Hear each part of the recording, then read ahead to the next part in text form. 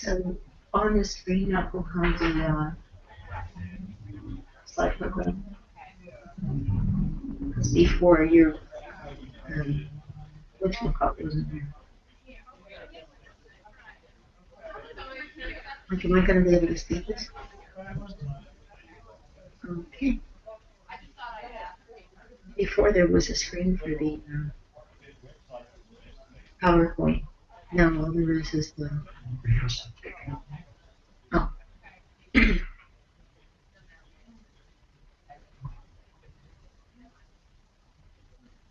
They're going to put me on muted. Oh, there's Nelson.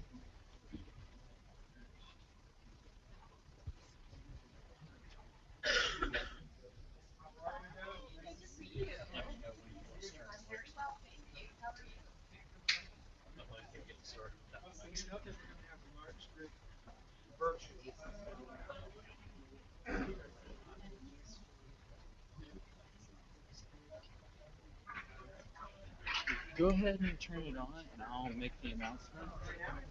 Yeah, go ahead. Think so? Yep.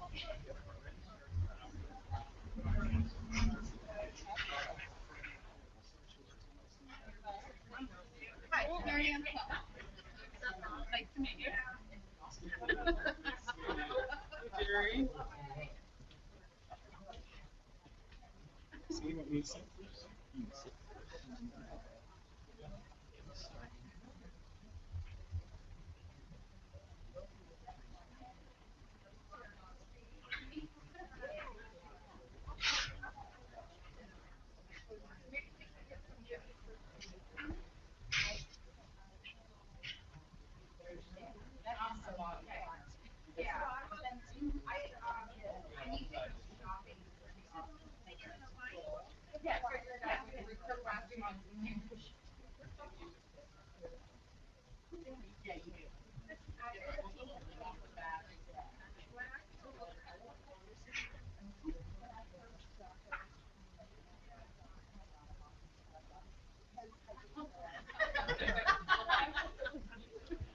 All right, well, good afternoon, everyone.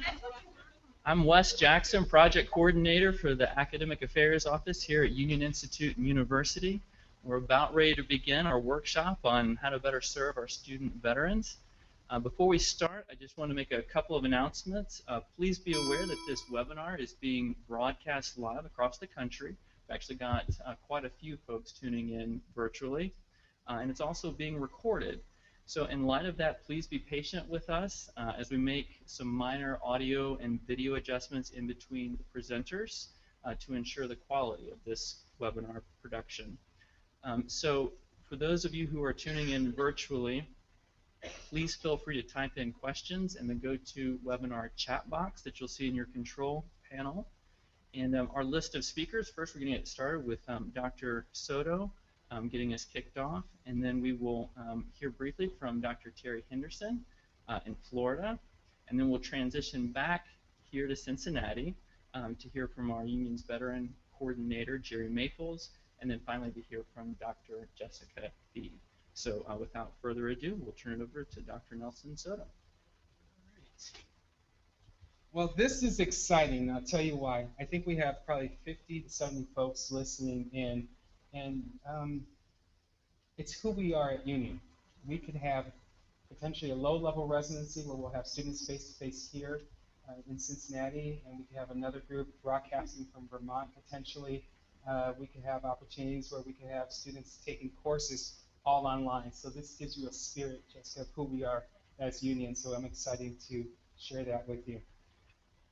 As many of you know, we started this project, the Veterans Project, through an anonymous foundation that Dr. Henderson spearheaded, and we're excited. We were awarded the monies a couple months ago, and now we have two approaches, and we're in two different phases. One being the recruitment phase, where Jerry has joined the team roughly a month ago, and is actively working with our enrollment staff to recruit students here for the Cincinnati Center.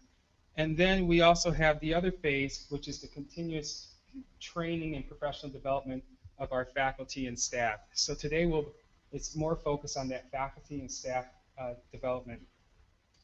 And last but not least, I got a shameless plug-in because Jerry was on TV on Fox 19 here locally last Thursday.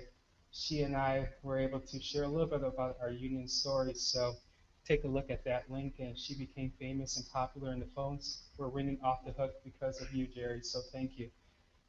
Finally, this is a pilot here in Cincinnati. Our pilot is to start off with 15 students.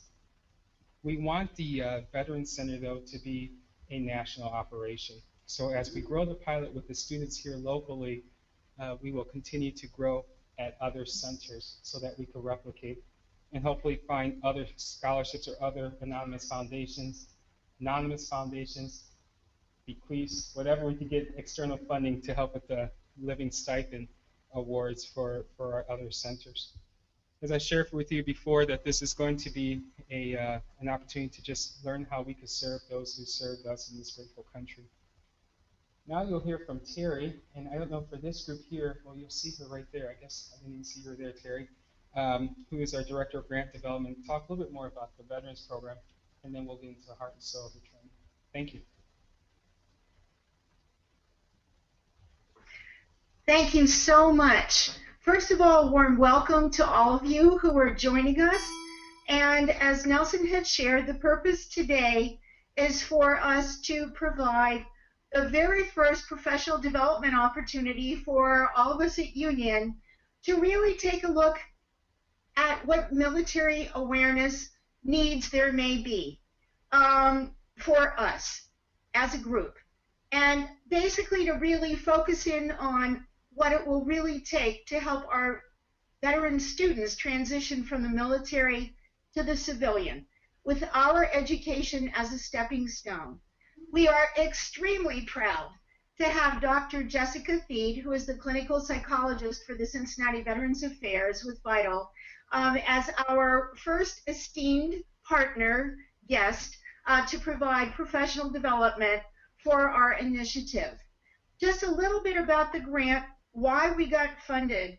We are a very comprehensive total solution boutique style service for the veterans.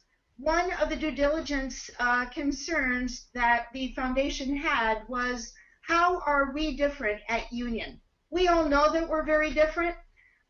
In doing research, we compiled the information that showed that veterans really had a very difficult challenge with going to one office for academics, another one for benefits, another one for employment. We offer a total solution. In the grant, we have a 7-step solution which encompasses career assessment through student services and success with Dr. Keene and his team, the academic support, wellness support, employment coaching, leadership seminars, and employment opportunities. So we run the gamut, which is why we have been funded.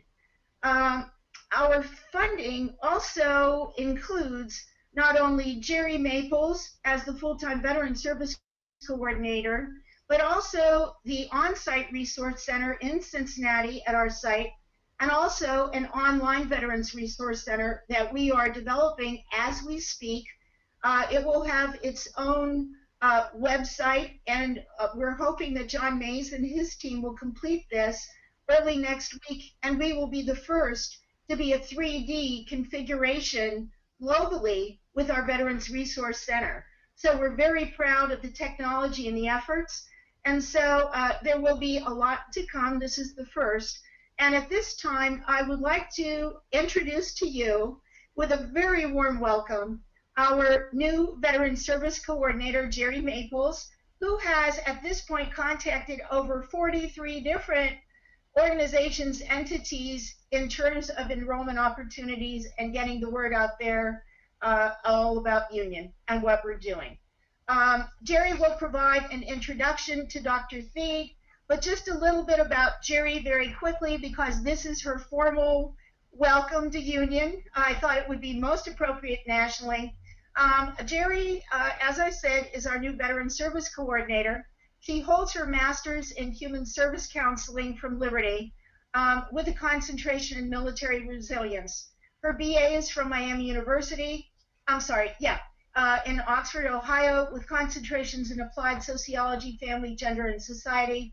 She is the wife of an Army veteran and has really dedicated and devoted her life to serving vets and their families. With that, Jerry, welcome to Union.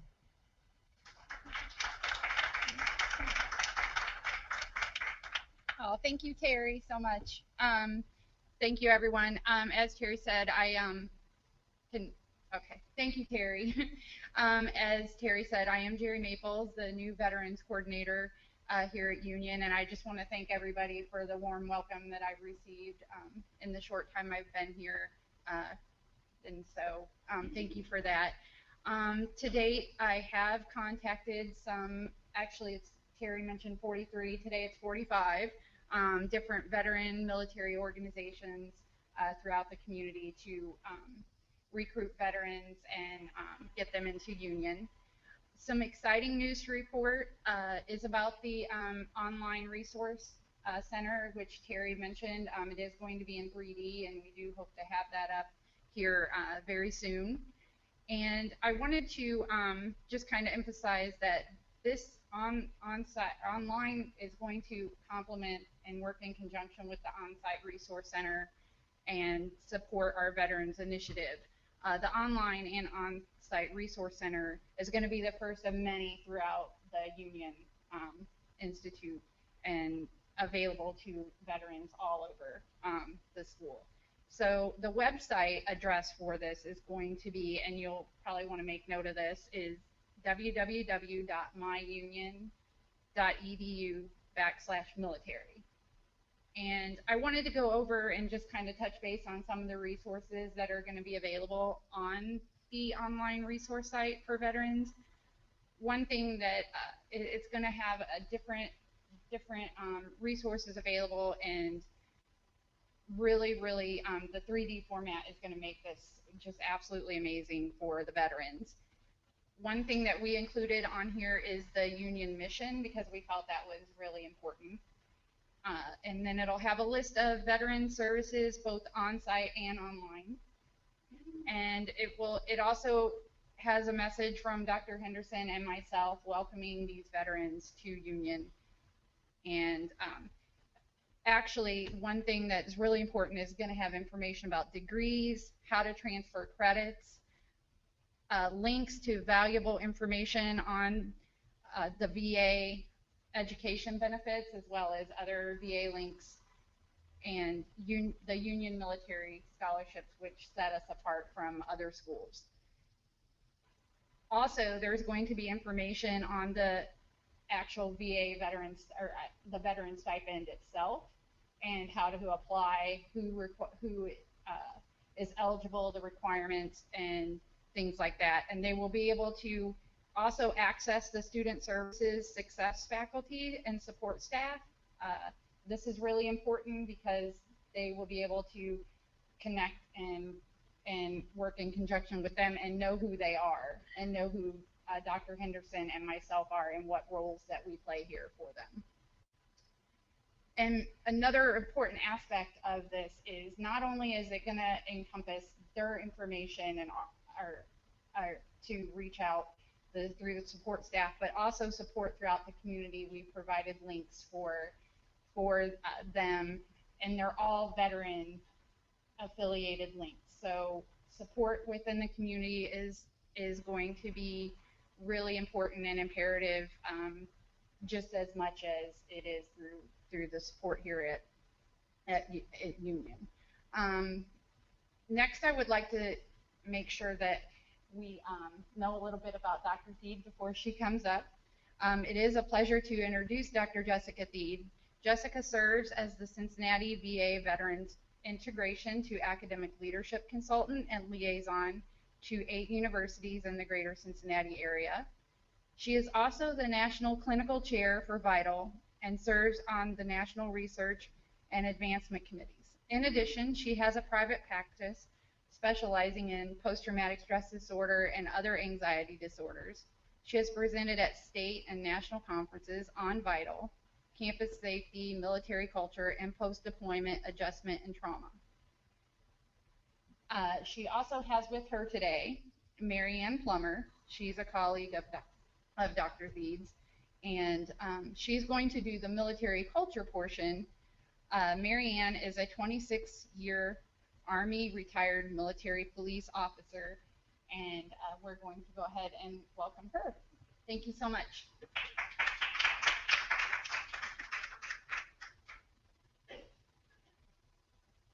Thank you.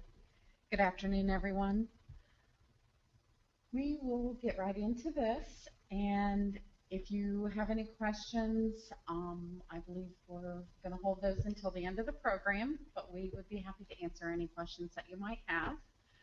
For those of you that don't know, there are 5 branches of the service. Most people think of it as 4. They don't add the Coast Guard in there, but there are the 5. They each have their own names that they like to be called. Most everyone will refer to service members as soldiers. That's more of the common name for them. But the Marines sometimes will get very offended. They like to be called Marines. The rest of the folks do, they do go by soldier, and they won't correct you a lot of times, but it is technically correct to refer to them as either soldiers if they're Army, Marines if they're a Marine, a sailor if they're Navy, Guardians if they're a Coast Guard, and airmen if they're in the Air Force. There are 3 different types of rank structures within the military.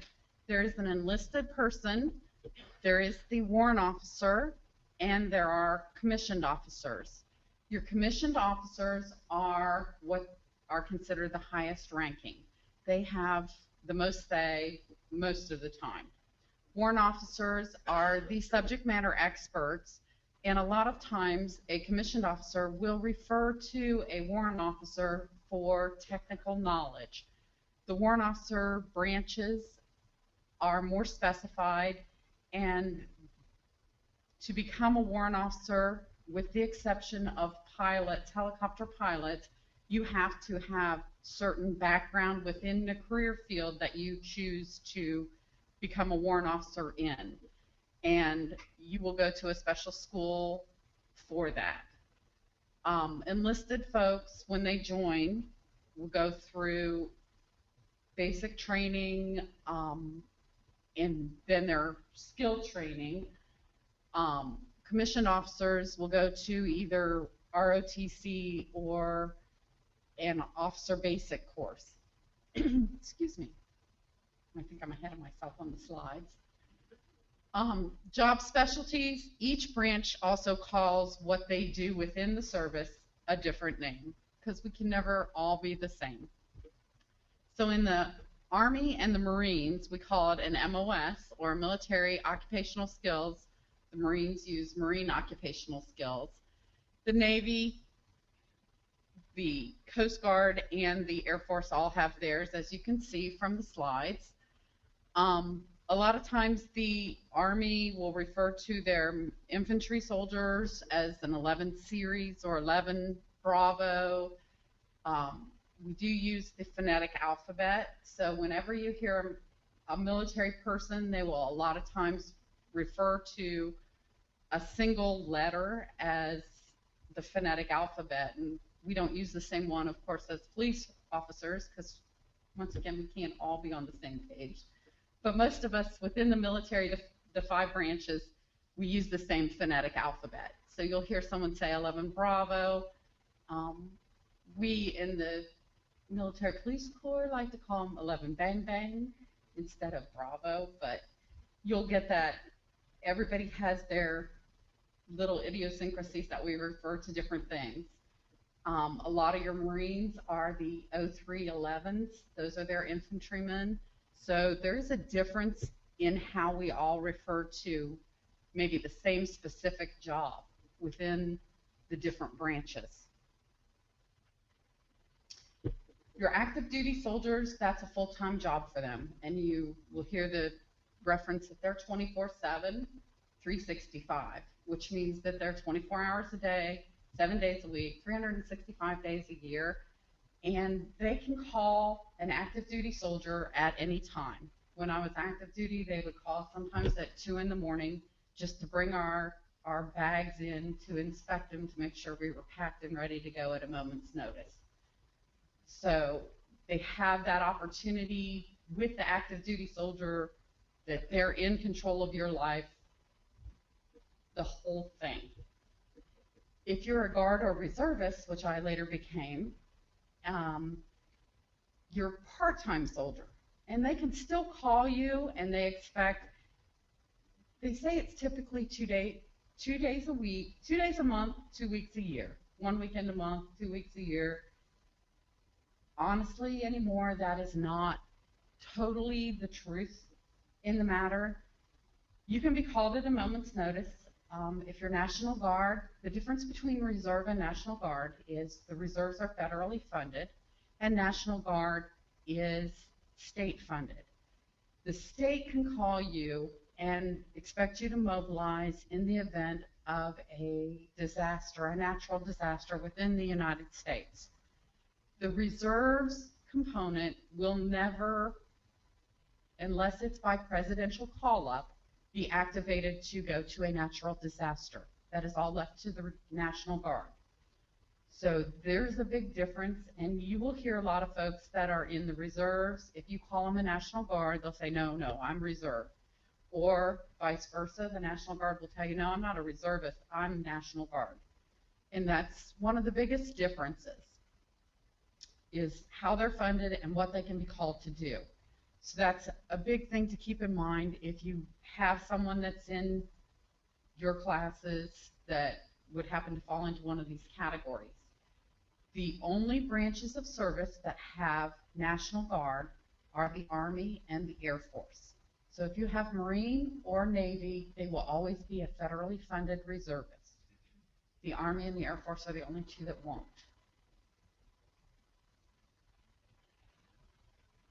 When a Reserve or National Guard soldier gets called up for a deployment, then when they come back from that deployment, sometimes it's hard for them to transition back into regular civilian lifestyle. Sometimes you'll see that a lot in your classes, in the store. You might see someone. It's a very big transition, and it's a transition for those coming off active duty also, because you're so used to a brotherhood, and I'll just use that in the generic sense, sisterhood, brotherhood, in that your soldiers and your other comrades in arms are your brothers and sisters, and they will do anything for you. So a lot of times transitioning back, it's very strange because folks that have never been in the military don't always have that same viewpoint. They don't understand that bond and that camaraderie. When you first go into the service, all the enlisted soldiers will go through basic training. So we have a couple pictures up there of different basic training units. Most all of the drill sergeants, and that's what they call the trainers, will have what they call the Smokey Bear hats, the big brimmed hats that they can tap you in the forehead with, and they tend to like to do that. They go through a lot of physical training. You are stripped of your individuality, and then you're built back up to work as a team. And this, when you're going through it, doesn't feel like it at all. But when you finish basic training, you have such a different outlook on life, and it makes you stronger. It teaches you teamwork, and you learn to pull those folks that maybe don't have the same strengths as you do through, and they may have other strengths that they pull you through. So it's a wonderful, horrible thing. You do get trained for combat, so that you're ready when you are called upon. And you're not only trained in combat, you're trained in self-defense. There are a lot of different things.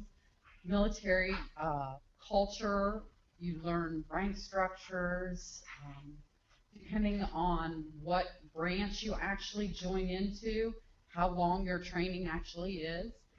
And most people will say that they're in the Army the day they leave for basic training, and they're now an Army soldier.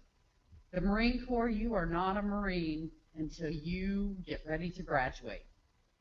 So they all have different things, and in the Marine Corps, their basic is a lot different, and they're not actually authorized to wear some of their Marine medallion until they actually finish certain portions of their training. Whereas all the other branches, you're in the Army, you're in the Air Force, and they don't have such a stringent philosophy on how they determine that you're in that branch of service. There are a lot of common myths about the military, and as a 26-year veteran, I can tell you that these are all myths. The other myth is women in combat. I've done 2 tours. I won't say that I actually was in the midst of a fighting group, but we've been bombed. You might as well be, you're a combat soldier. And combat is different for everybody, and you cannot think of combat as picking up your weapon and shooting like in the old Revolutionary War days. There's no front lines anymore.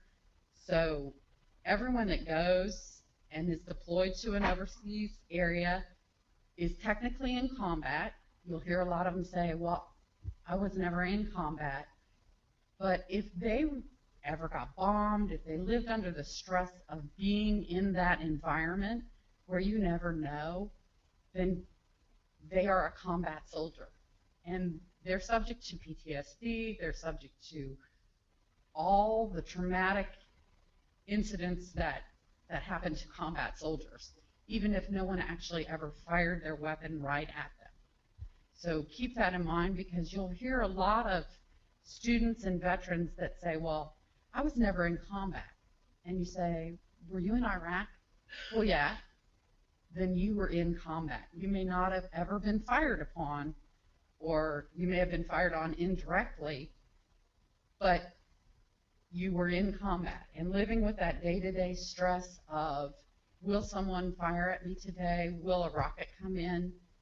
That can generate some of your PTSD and some of your other issues with hypervigilance and some of that kind of thing. So that's always something to keep in mind. I don't do well with slides, if you can't tell. I can talk. Slides aren't really me. We do go through learning different values. It just builds up the camaraderie and all of the stuff that you will learn. Punctuality, of course, is a great big thing in the military. And when people get out of the military, then sometimes they lose that punctuality. And sometimes they just have to be reminded, hey, you know what? Class starts at 8, not at 5 after, not at 8:30. And sometimes it's that little kick, hey, when you're in the military, 8 o'clock is late. Be here at 1:45. You'll be just fine. And sometimes that 1:45, they'll be on time at 8 o'clock.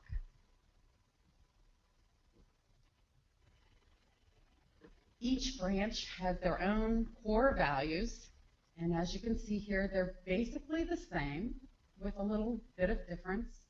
The Army had to go and outdo everyone by adding a whole bunch. And each branch will have their own saying that you have to memorize about, I'm a soldier, and here's my professional ethos and my warrior ethics and all that kind of stuff. And sometimes some of your soldiers or Marines, they like you to ask them about that.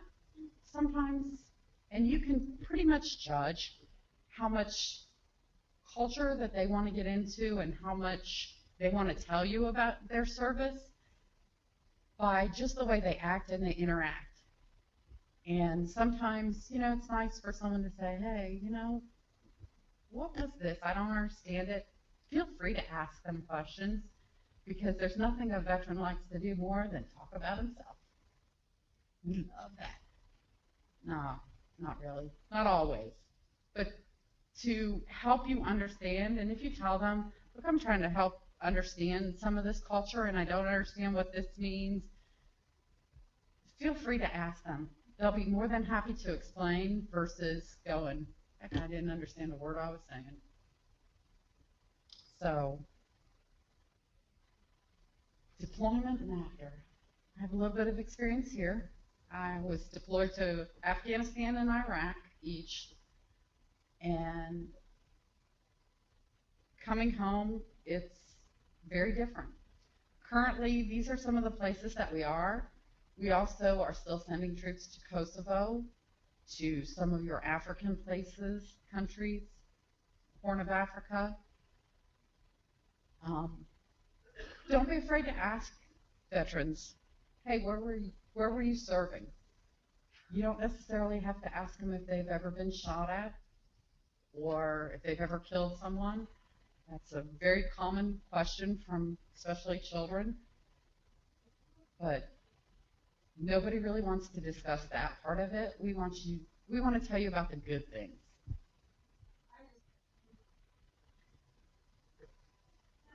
As you can see, there's been a lot of soldiers and sailors, Marines, airmen deployed to the different deployment sites. If you're not familiar, Operation New Dawn took over 1 September of 2010 as the new name for Operation Iraqi Freedom. So when the combat troops pulled out, and I watched them on TV on a 52-inch screen in Iraq, I watched all the combat troops leave. We were still there for Operation New Dawn. So we are still sending troops to Iraq, in case that's another myth that's out there. The President and Congress have said that we are done in Iraq, but we are still sending troops. So there's a lot of civilians that are working over there, but there are still military troops going to Iraq. There's a lot of stressors that come from being in the military, and deployment-wise, there's wear and tear on your bodies. You're carrying a lot of extra weight that you don't normally carry, and there can also be different traumatic events that happen. And whether it's the loss of a close friend or a team member, or maybe even somebody that you knew. My daughter is also an Army veteran. Go Army.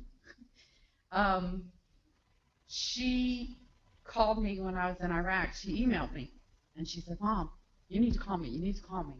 Her battle buddy, from AIT, who was less than an hour from me, was killed by a mortar. And she wanted to make sure I was okay. So, even though I didn't know her except to have met her when I visited my daughter at school, it affected me a lot. And I was a lot more careful for the remaining 4 months of my tour. Oh, God. She's crying because her daughter called her. Here are some of the medical conditions that you do have that soldiers can experience once they do come back. There are a lot more that are associated with it, but these are some of the prevalent injuries and illnesses that we have, and there's probably still stuff that we don't know about. There's a lot of things that are still coming out from Vietnam. So, yes, ma'am.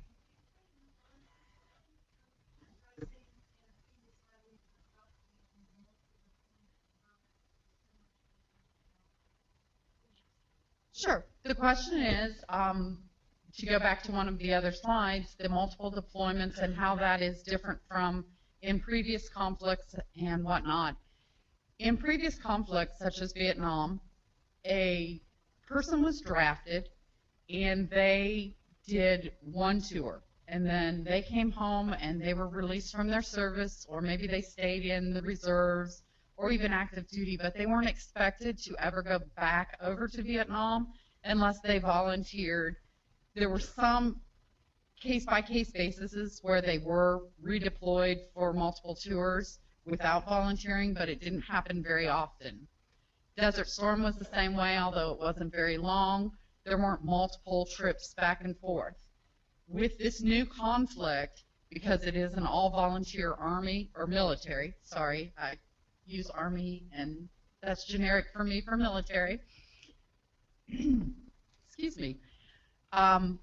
Most every soldier will deploy at least one time, but most will go 2, 3, 4 times in a short period. Now, depending on the branch of service is what determines the length of tours normally. Air Force, their standard tour is 90 to 120 days. There are some Air Force folks that stay longer and do year tours, but the majority of their tours are 90 days to 120 days. Marine Corps, a lot of their tours are 6-month tours. The Army is a 12-month tour normally. So in the space of a 4 or 6 year period, you may go and be deployed 2, 3 times. They like to say that there's a stabilization period of 12 months in between each tour, but that doesn't always happen. It was 24 months, then it went back to 12 months. Honestly, I retired in 2011. I'm not sure where they're at in the stabilization period, but it fluctuates based on the needs of the military. But you will see folks that did a 4-year commitment, although those are kind of rare anymore also. A lot of your folks that go to basic, their initial enlistment contract is 5 years of active duty, anywhere 5 or 6 years. So in that 5 or 6 years, or even 4 years, they go for 6 months, they're home for 12, they go for 6, they're home for 12.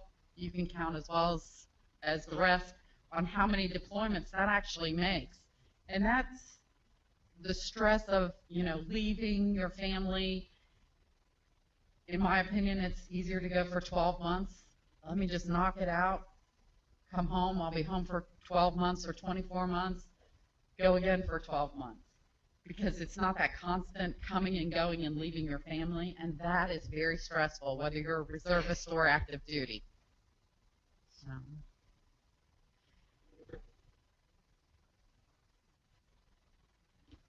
There are a lot of psychological concerns that are related to military service.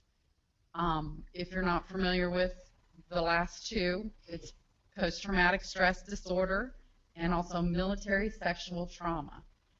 And when you think of military sexual trauma, think of it as male and female, because it happens across the board. And it can be male on male, male on female, female on male. I don't think I've ever heard of female on female, but I'm sure it can happen. Nothing against the men. It really keeps you grounded, It does. It keeps you Just grounded. when you As you can think see, you got it all, 18.5% of returning soldiers are diagnosed with. I know every time I think I've got it. That's just an example of how I received emails about your story that you're sharing with us, and I'm being yelled at by a faculty member. Cannot believe that you did not provide a glass of water to our speaker. They actually have bottles of water up here for us. No, you know what? 26 years in the military, I have no problems drinking out of a bottle. Thank you so much. 18.5% of your returning soldiers meet the criteria for PTSD and depression. Now, not all of them will come in and be diagnosed. And that's probably the biggest thing that you will see. Most of us don't want to admit to the fact that we have a problem. And my first deployment, my daughter was 16 when I got home, and she said, Mom, you have anger management issues. And my response was, step a little closer. Let me show you what anger management can do. I'll manage that anger. So be aware that most of them don't want to hear that they have a problem, but sometimes we also need that little kick that says, hey, you know, you're not really the same.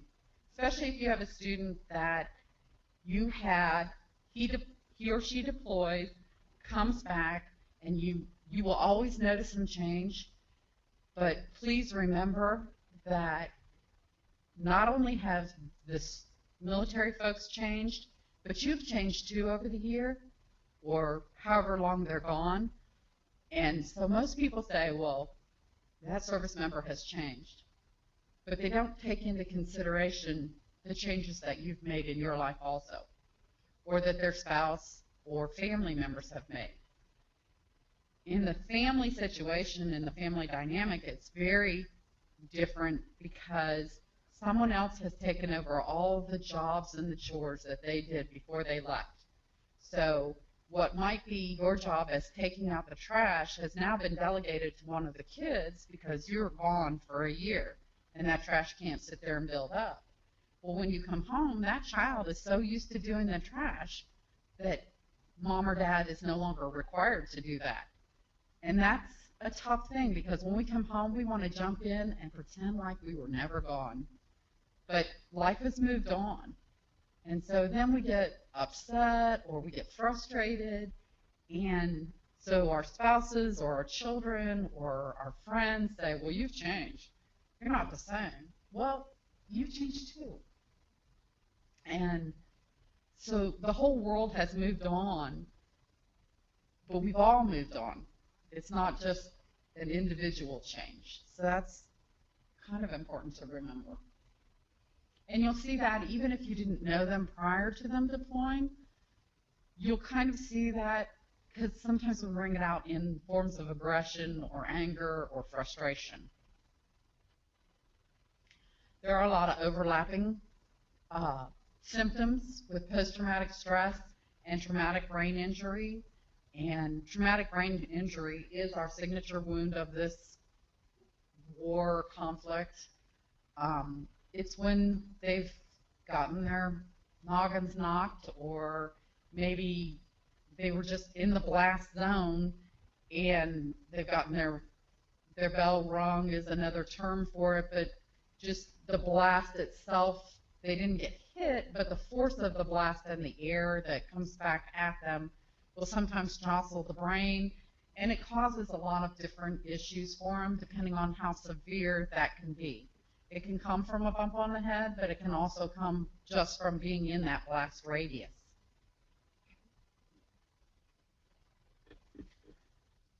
Transitioning back, we didn't, but I kind of covered this earlier. There's a lot of different things that you go through.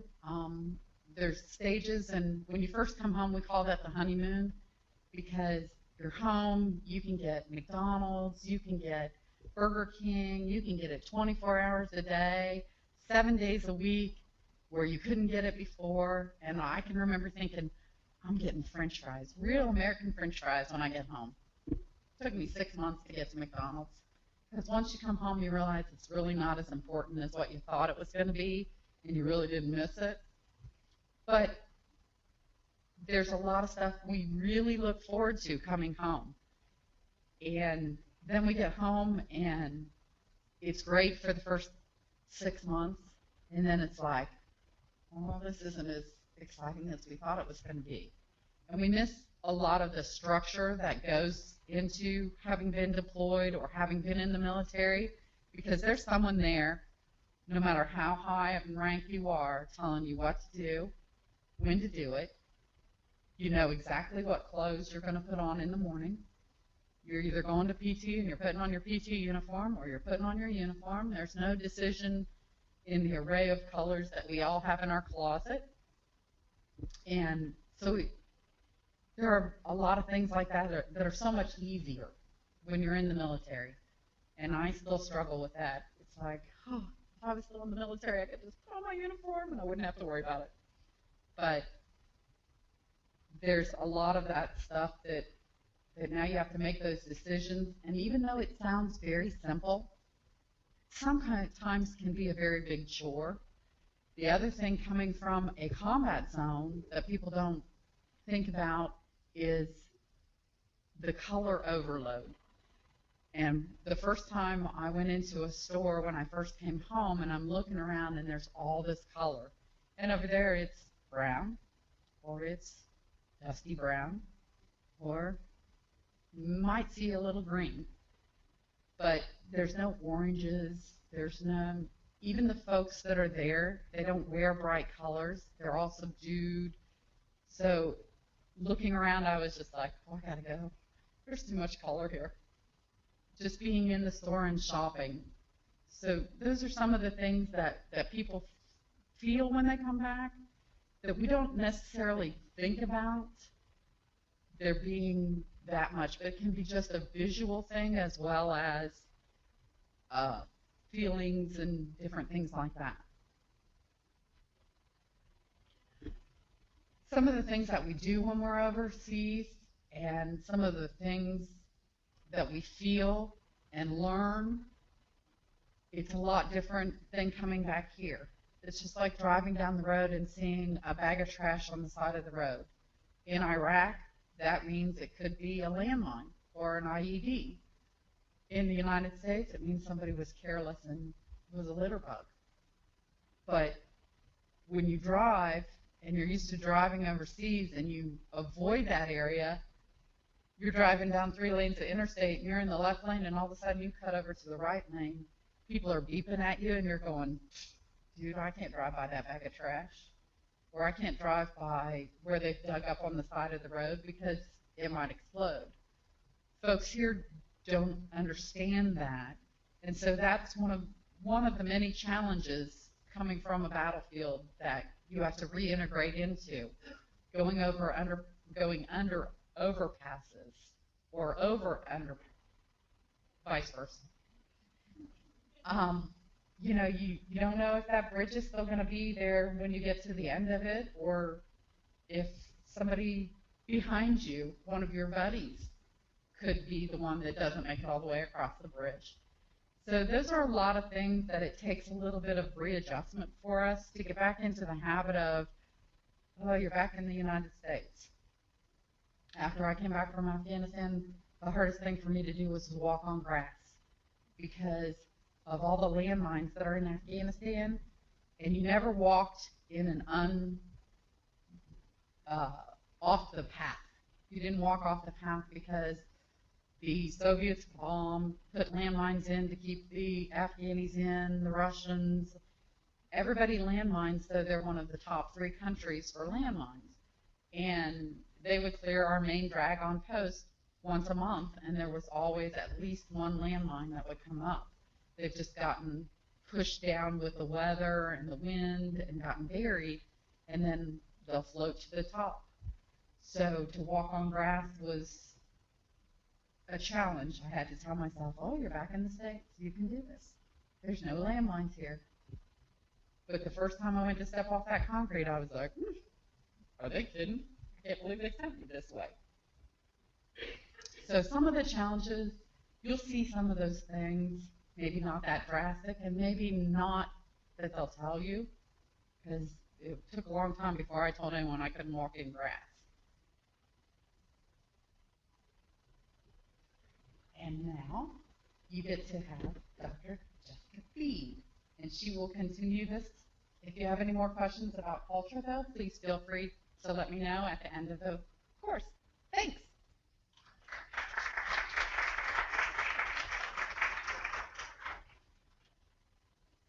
Thank you so much, Mary Ann. I'm really pleased that you have been able to join me here today, and I always think it's a wonderful opportunity when I can partner with a colleague from the VA who actually has military experience. I myself do not. Everything that I have learned about the folks that I serve has come from my experience serving those individuals as a psychologist. So even sitting here today and listening to you talk about the slides that I often go over when I'm doing these events, I learned something new. It's the very personal experiences that have been shared with me over the years that have helped me better understand and therefore able to help, especially the student veterans. Okay, so I'm going to move our PowerPoint along here. You will find as I'm sharing some information in these next group of slides that I might piggyback off of something that Marianne has talked about. I really do welcome any questions along the way. We are reserving some time at the end for a Q&A. So hopefully folks in the national audience and you here today that are physically with us are keeping track of questions that you have, and we can address all of those. But just to give you an idea of some of the data or statistics behind the student veteran population, which is what the Vital Initiative focuses on, I have some stats here that compare our military, our former veterans, or excuse me, our former service members, i.e. veterans, to non-traditional and traditional students. And as you can see from this chart, our former service folks look a lot like our non-traditional student population. And from what I'm learning about Union, you all are very familiar with working with a non-traditional student population. So some of your students fall into that older age range. A very small percentage of our student veterans actually match the traditional ages of typical college students. So as you can imagine, a lot of the factors that non-traditional students bring to a campus or an academic setting, those issues are being brought as well by our student veteran population. So many of them have families, jobs, and a number of other responsibilities. There we go. Okay. So one of the things that I have noticed over the years in doing this particular program, which is a VA program that supports student veterans, is I've seen a shift in the percentage of our population in terms of where they are at in their academic process. And I've really seen the number of students that are going on to graduate school increase. We anticipate that that will continue to grow. So the shift from just the four-year schools and moving into grad school is something that we truly welcome, we want for our veteran population. And as many of them are learning to manage their GI benefits and taking advantage of wonderful opportunities like here at Union, they're finding more room to be able to go on and pursue those additional degrees. The other chart on this slide indicates the female versus male population. And one of the things that is really notable, given the number of females in the military as a whole, is the fact that they are overrepresented in academia.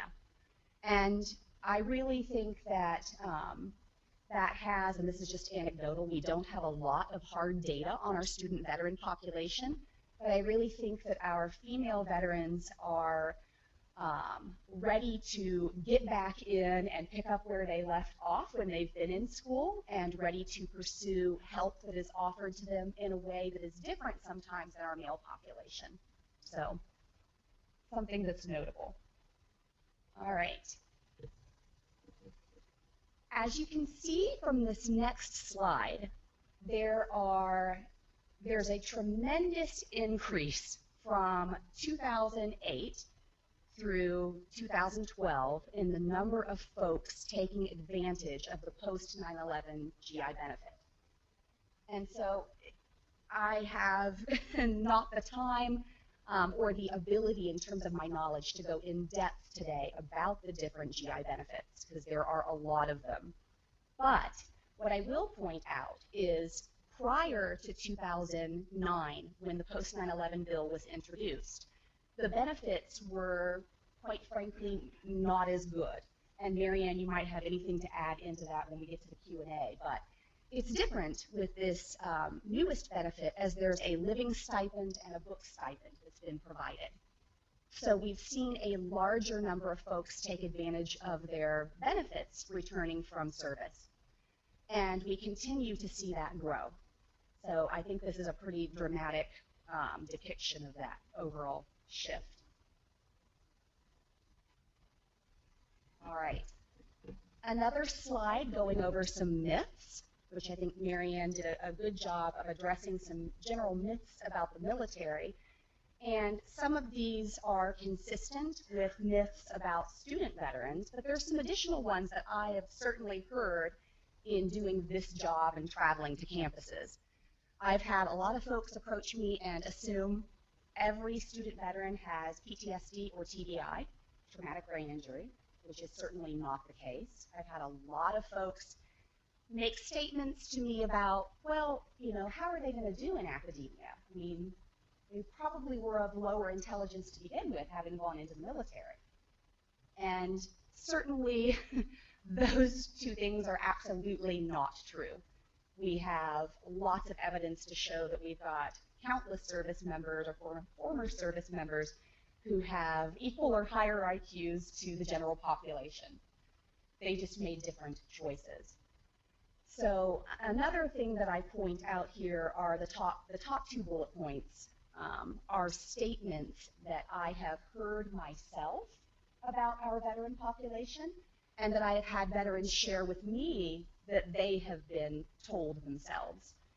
And these are, of course, absolutely not true and very hurtful to our veterans. And I think a lot of times people just are not thoughtful in making comments like that. And it's not necessarily due to wanting to hurt a particular individual, but sometimes it comes from a political stance or a moral or religious viewpoint, and they don't think about how that might impact the individual.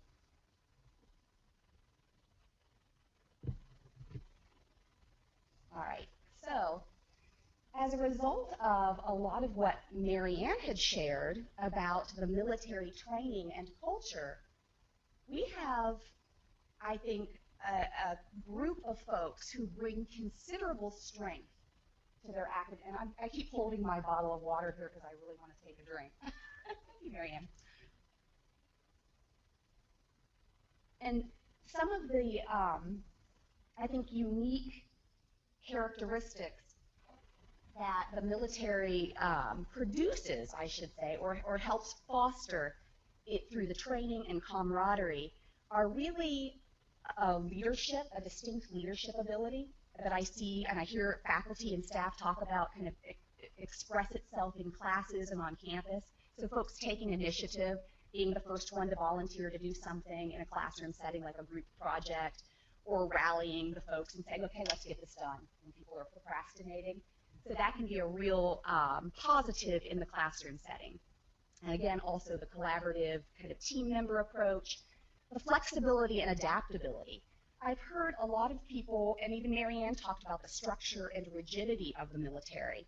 But surprisingly enough to some folks, that structure and rigidity or routine serves a purpose in service, but all of that fosters a great deal of adaptability and being able to readily change, take on new assignments and tasks at the last minute. And all of these are, I think, fantastic skill sets to have as a student. All right, and then the last point I make, being invested in the community.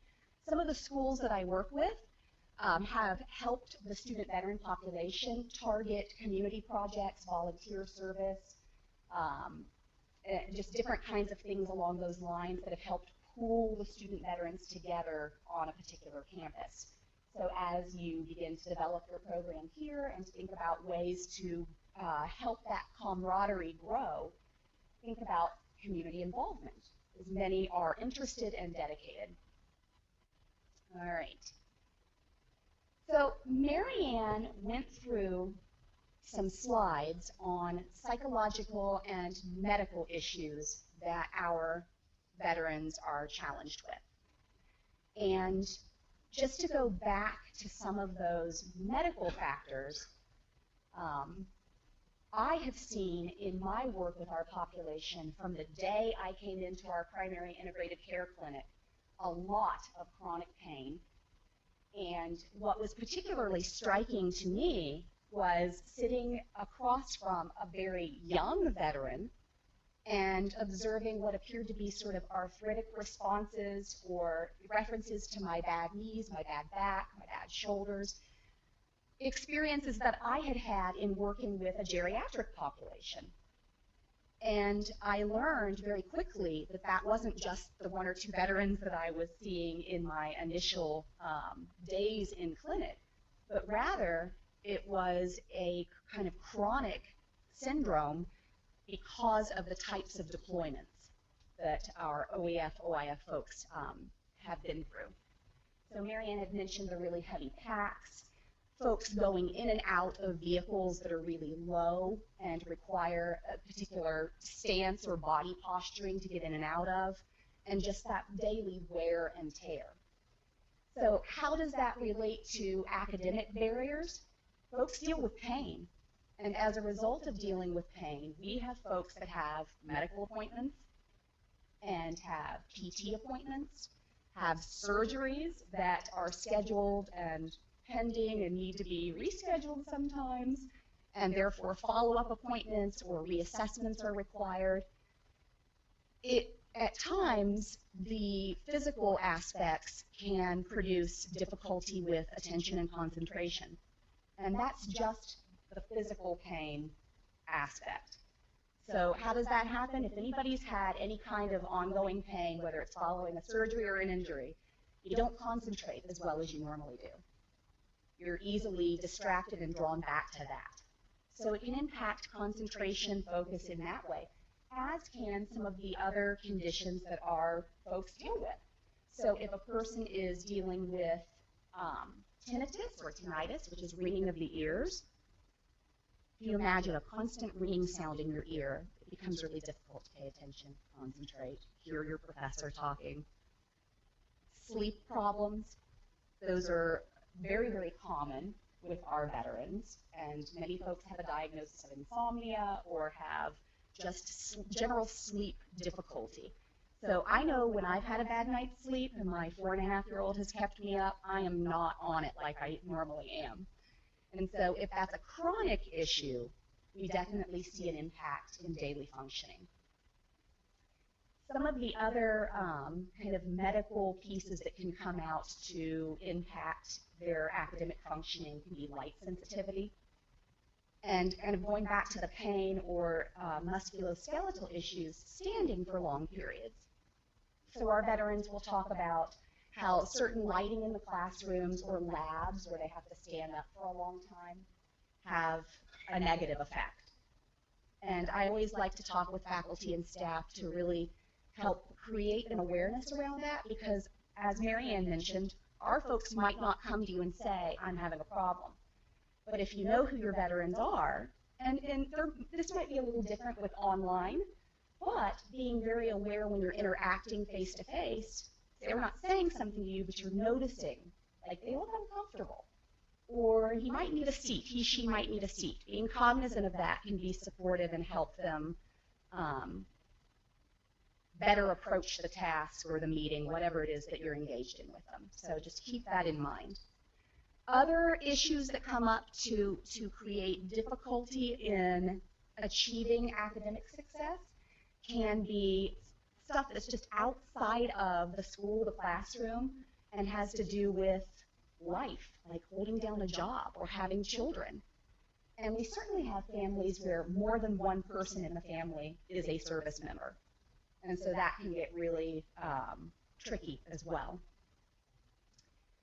I mentioned as my last bullet point here the developmental and gender issues. And I already alluded to the fact that our female veterans tend to be in a little bit of a different place at times than our male veterans when it comes to help seeking or comes to getting back into the civilian world.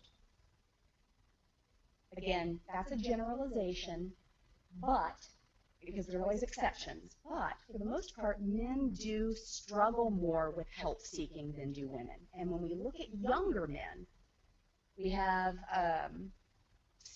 we have lots of data, and I certainly have anecdotal experience that shows when we have a young veteran, they're still sometimes in that mindset of being invincible or not feeling like they can ask for help because there's a stigma around it, and maybe their superiors haven't okayed that. And there's a lot around stigma that we haven't even gotten into, which kind of leads me to make this comment. Keep in mind, today is kind of an introduction and an overview. There are a lot of details and depth to probably every slide that you've been introduced to. And I could actually probably put up a slide and have an hour conversation about each thing on that slide. So if you see something that's really interesting to you, that you're very curious about, not only in the Q&A, but you are welcome to send us an email. And anything that I can't answer, I will send along to Mary Ann, and we have a whole team of people that can help answer those questions. But there's a lot of depth to this, and we're just kind of giving you an overview. All right. So I like Adam Sandler. This slide always makes me laugh. But this is a good, I think, example of what I've heard veterans feel like sometimes sitting in the classroom. It's like, okay, I am so out of place here. And we have a lot of our veterans that have been very drawn to online academics because of this sense of not quite fitting in. And so I think there is just a wonderful element that Union adds with the opportunities here. Alrighty. So I'm going to give you a little more in-depth about what it is that the Vital Initiative does. You've met Mary Ann, you've met me, we've told you a lot of different pieces of information about the population. Now I'm going to get into the Vital Initiative a bit, and as you learn about the program and hopefully get to know me over time, we are a resource for you. And that literally means you have a question, shoot me an email. You need to talk about something, set up a time, I'll come talk with you. We really want to be your link to the VA and have an open door. So we see that as the best approach to supporting our population. Instead of being siloed, open up the door and bring the VA out into the community. And that's really our new initiative. So Vital is a collaborative. It is a national VHA collaborative between the academic institutions that have decided or desired to partner with us and the VA Medical Center. And we really put it as our primary goal that we are working with each academic institution individually to decrease barriers. So whatever the institution or the folks involved see as being problematic for their veteran population, we'll meet you where you're at and figure out the best way to help implement changes. And so that's exactly what I'm doing with Jerry and Terry, which I think is a fantastic partnership. I'm looking forward to it. All right. We have core components in this program. And so those core components consist of direct clinical service, care coordination, outreach, education, and research. And the way that this works is always a very veteran-centric model.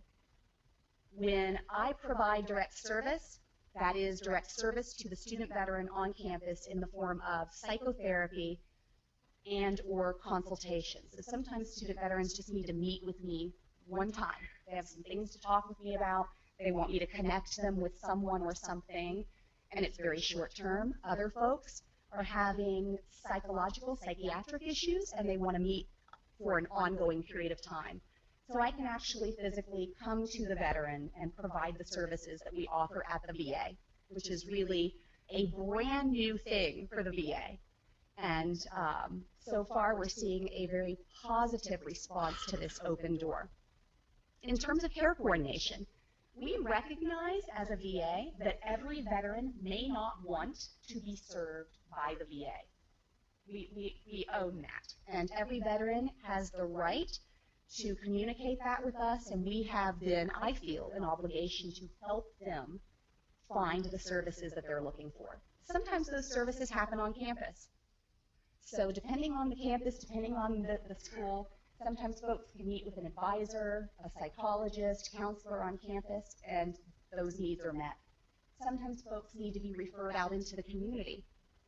So we work with the veteran and the academic institution to make sure and coordinate the best care possible. And there are times when it is certainly us.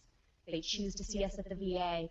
They want to come to the VA. So Vital coordinates within the VA system and all of the organizations that we are a part of. So we have what is called the Vet Center, and the Vet Center is a mental health component of the Veterans Health Administration that is located off-site from the main medical facility. And ours happens to be on 8th Street. Yes. I see it visually, but it's on 8th Street downtown, and it's just mental health. So folks don't have to go through the big VA system. They can park easily, get out, go see their mental health provider. There are some caveats for who qualifies in terms of going to those vet centers, and I think it has loosened a little bit, but it's mostly combat veterans, and there's a loosening around family eligibility. Is that correct, Marianne? She's giving me a nod. Yes, and military sexual trauma. So it's really nice for folks who say, I do want mental health care, I would love to go through the VA, but I don't want to go to that big building. So we do a lot of referrals to the vet center. In terms of outreach, we, and Marianne is a big piece of our outreach team at the Cincinnati VA Medical Center. We go out into the community and we have a mobile unit, which is similar to like the mammogram vans or buses, or the blood drive vans or buses, about that size. It's a fully equipped medical unit, and we will take that into various settings and provide services to our veterans. Sometimes we just enroll new veterans. Sometimes we have various medical and mental health providers, and we'll do flu shots or initial examinations to get the folks started into our system. And we have most certainly brought the medical unit onto campuses that we partner with. So we may have our medical van here at some point in the near future. I hope we do. And then we'll open that to the community as well, so that veterans who live around the area where the van is can come as well. The education and research component. This right now is an example of that piece of Vital. What we really hope to do is open up a dialogue and help folks feel like we are accessible, and folks can ask questions about our veterans, ask questions about best practices for providing services and support. And in terms of those best practices, we are doing a lot to collect data and to really have some strong evidence for what works and what doesn't work. And that's a process. And this is a very interesting time for our veteran population, because never before have we engaged with academia in the way that we are now. So this is a whole new body of research. All righty. Moving along. Okay. So just very quickly to show you the structure of where we are in the big VA system. When we think about VA, there is the big central VA office out of Washington, D.C. That's like the mothership. And underneath there are 3 main branches: our benefits branch, our health branch, and our national cemetery branch. And underneath the 3 branches are 2 particular programs that are involved in academia. On the healthcare side, straight down the middle in the purple, is the Vital Initiative. The one over next to that in the blue is the Vet Success on Campus program. Some of you may have heard of that, you may not have. That program is a Veterans Benefits Administration program, and the folks that work that program are, just like me, VA employees that have partnered with an academic institution, but their role is different. They're not focused on the health care or the mental health care.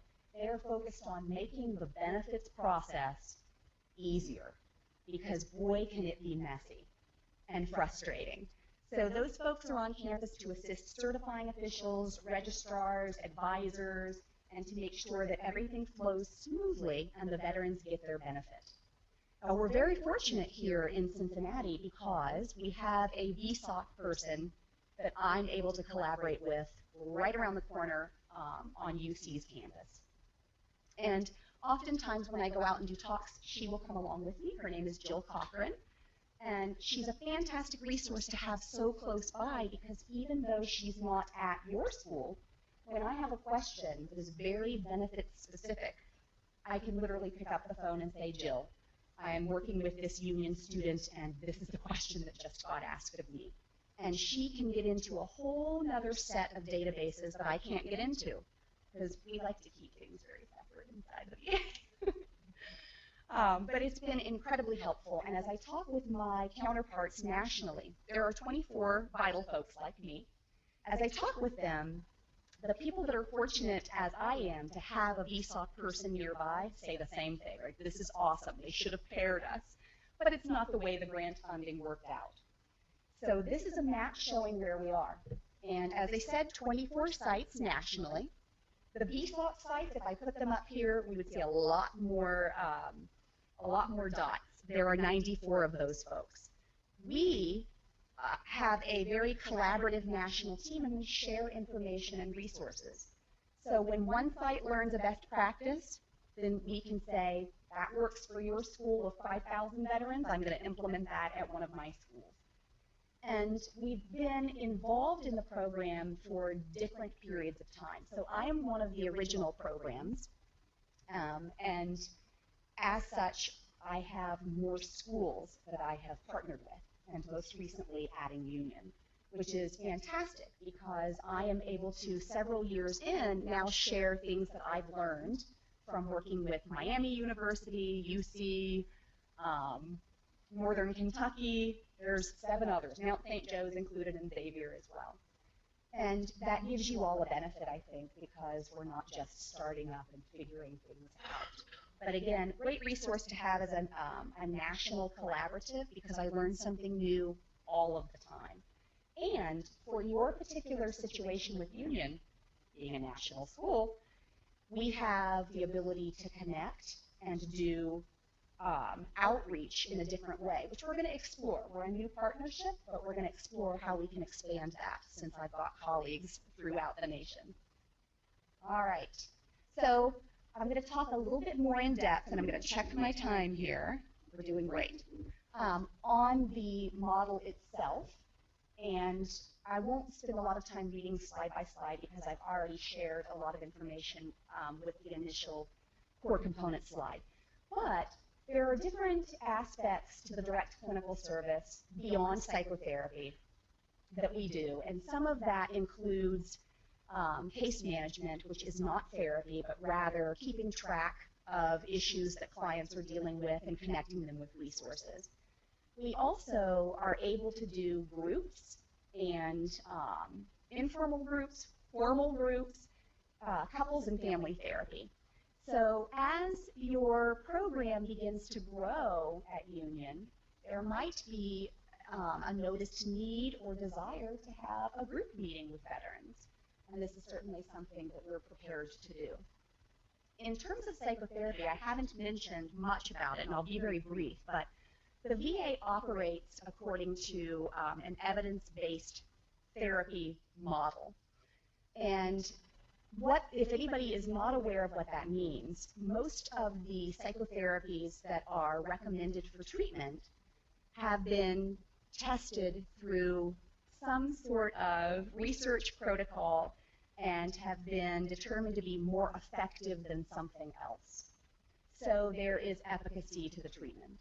And the evidence-based treatments, there's a really long list of them, but we use those as frontline treatments. So if we're treating PTSD, the frontline treatments would be cognitive processing therapy, prolonged exposure, and I did not put those in order of preference. Right now, they're looking to be pretty equal in terms of how effective they are, so it's more of a veteran choice. In terms of depression, we use ACT, and acceptance and commitment therapy. We use interpersonal therapy, and all of these have gone through pretty rigorous research trials. We use motivational interviewing as well. Now, in addition, and I won't continue with the list, but in addition to those evidence-based therapies, we have a very veteran-centric approach where we don't apply the therapy because we've learned over the years that that isn't effective, but rather we ask the veteran, what do you need and how can we meet you where you're at? And so if at the VA, if you're not going through a research protocol, you do have a lot of choice as a veteran in terms of the kind of treatment that you get. Lessons learned, a really important piece. And I'm able to offer those evidence-based therapies and general supportive therapy on campus. I'm certified in most of them. Okay, so the care coordination piece, I've already talked about this, so I'll just highlight the top bullet point. In terms of referrals within the VA, we have a lot of folks that need to have specialty care. They need to be referred for physical therapy, occupational therapy. They might need to be seen in our traumatic brain injury polytrauma clinic. So when I'm out on campus, I'm doing an outreach event, or I'm working independently with a student, I might end up making that referral beyond myself and getting them connected at the main facility for that additional care. And so I also encourage folks, as you're working with veterans, if you're aware of something, somebody keeps talking to you about their problems with sleep. They happen to mention they've really done nothing about it. We do have a sleep study, sleep clinic, we have treatments for sleep disorders, and so you can contact me and say, hey, I've got this guy or gal that's really struggling with sleep issues, and we would initiate that specialty referral. All right. The outreach piece, I want to talk just a little bit more about the mobile unit component, and you can ask me questions in detail later when Mary Ann is mic'd and we're doing the Q&A. But this is a big piece of what Mary Ann does, and the mobile unit, I think, has been a pretty powerful tool in helping us to find veterans that haven't necessarily been able or willing to come to the VA and seek help.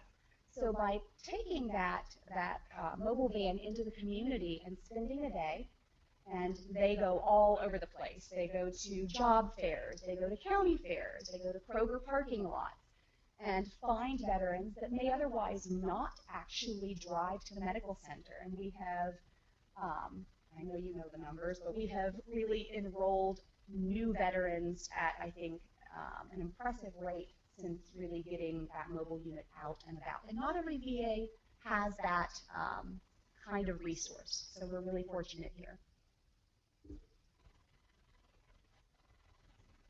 All right, I'm going to mention just a couple things on the research piece that are of a lot of interest to me, and hopefully you all will, in your way, become a part of. We are down the road, so it's in the very early phase. We're looking at asking schools for feedback about how Vital has really impacted the veterans on your campus or impacted you. And there are a range of things we're looking at. So maybe it's an awareness piece, an accessibility piece. How easy was it to connect with the VA compared to in the past? How much do you now know about our system? So we're in the planning phases for data collection, because this will be a national study. But it's certainly something as new partners that Union hopefully will be able to participate in. So that'll be coming down the road. And the biggest piece that I think is most important that I will close this slide out with is retention. So I don't know if anybody happened to see the most recent, and I say most recent because it was earlier this week or the end of last week, article that came out. I think it was the Huffington Post that basically said our student veterans are dropping out at unbelievable rates and not completing.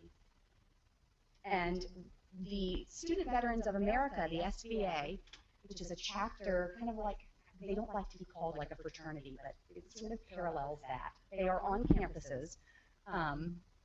They had just done a study released in 2012, which is a wonderful study, and I think I reference it, the Million Records Project, which you all should take a look at, where they found the exact opposite evidence. So there are very few, very few, I mean, I think probably 10 at the most, actual studies that have been published at this point that look at how our veterans are doing academically. And we have now seen some very contradictory evidence. So we Vital, aren't hearing dropout and retention problems on our campuses. And now granted, we serve about 110 campuses across the nation between the 24 programs. We're not hearing this as an issue. But again, just as of the end of last week or the beginning of this week, seeing that published, that this is a glaring problem, it reinforces what's been on our research list for a while, is to really measuring that retention. There are some challenges to that. And for anybody that's in certifying or registrar's office, you know that oftentimes folks will utilize families' GI benefits. So it's not always the veteran that's using the benefit. And to date, most schools nationally have only tracked who's used the GI benefit itself. They're not tracking the individual veteran. So the data has been skewed. And I will, as academians, I will put that out there just as food for thought, because it's a really interesting topic and something that's been inaccurately assessed so far, that we hope that Union can be a part of getting a real solid read on over the next couple of years. All right, so I've got some points up here that I think can be helpful as you consider your role in working with student veterans and kind of what happens on your campus. And I'm not going to read these slides verbatim. You all are intelligent folks and can do so yourself. But I think it's important to think about, what does your environment look like? What resources do you have? Are you being sensitive to or aware of various factors that might be of notice to veterans, like a flag? Is it in good condition? Is it well kept? I've been to campuses where, one, there wasn't any kind of flag or anything representing the armed forces, but I've been to ones where it looked like nobody had done anything with it for years, and it really looked tattered. Veterans notice these things. So that makes a statement about your school. It makes a statement about your faculty, your staff, how important something like that is. Some of the other things to keep in mind are about the relationship. You're dealing with a population who has a lot of life experience. And so I've had one-on-one discussions with a number of professors in particular that have found it challenging at times to relate to veterans, because they're used to approaching the class from a top down, and I know more than you, and though clearly as a PhD in that field, they probably do know more than that particular topic. But the way of relating to the veteran becomes really important, because they have a whole different set of experiences that are equally valid. So just keeping that communication and relationship piece in mind.